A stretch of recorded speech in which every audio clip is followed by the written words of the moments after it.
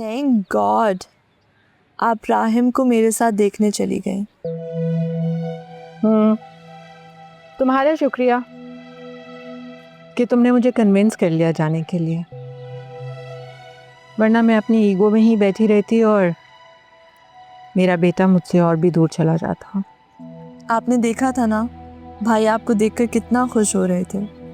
और साशा भी कभी अपनी चालाकियों में कामयाब नहीं हो सकेगी।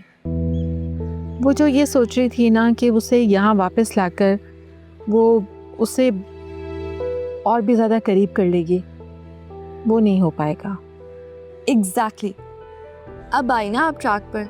मैं कब से आपको यही समझा रही थी।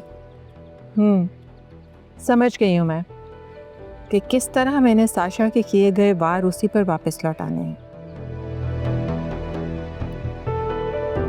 वैसे ऑनेस्टली मुझे अपने ग्रैंडसन को देखकर बहुत अच्छा लगा। He is so cute. बस अब आप राहिम को अपनी तरफ करके उसे साशा से वैसे ही मुतनफ़िर करें जैसे साशा ने आपके बेटे को आपसे किया था।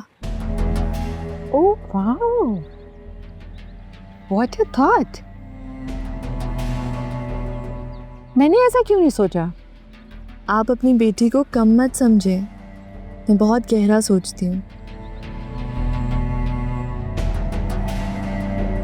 वैसे अब उनके खुद के इतने मसले चल रहे हैं।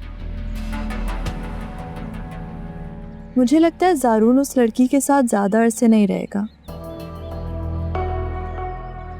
और ऐसा तुम्हें क्यों लगता है? थिंक अबाउट इट मामा।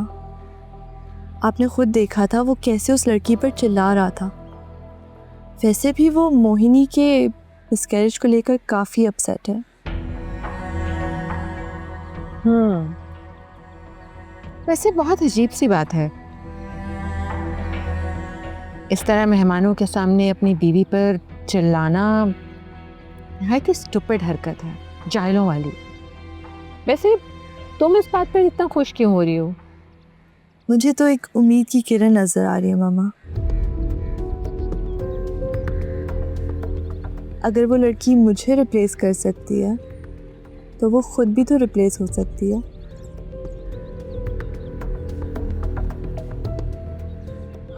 तुम ऐसा सोचो भी मत, ऐसा कुछ नहीं होगा।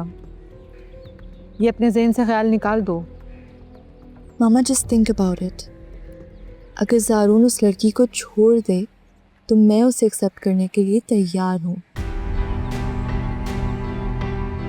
पहली बात तो यह है कि वो उस लड़की को छोड़ेगा नहीं, और दूसरी बात यह कि अगर ऐसा करता भी है तो मैं उस लूज़र को कभी भी तुम्हारे लिए एक्सेप्ट नहीं करूँगी।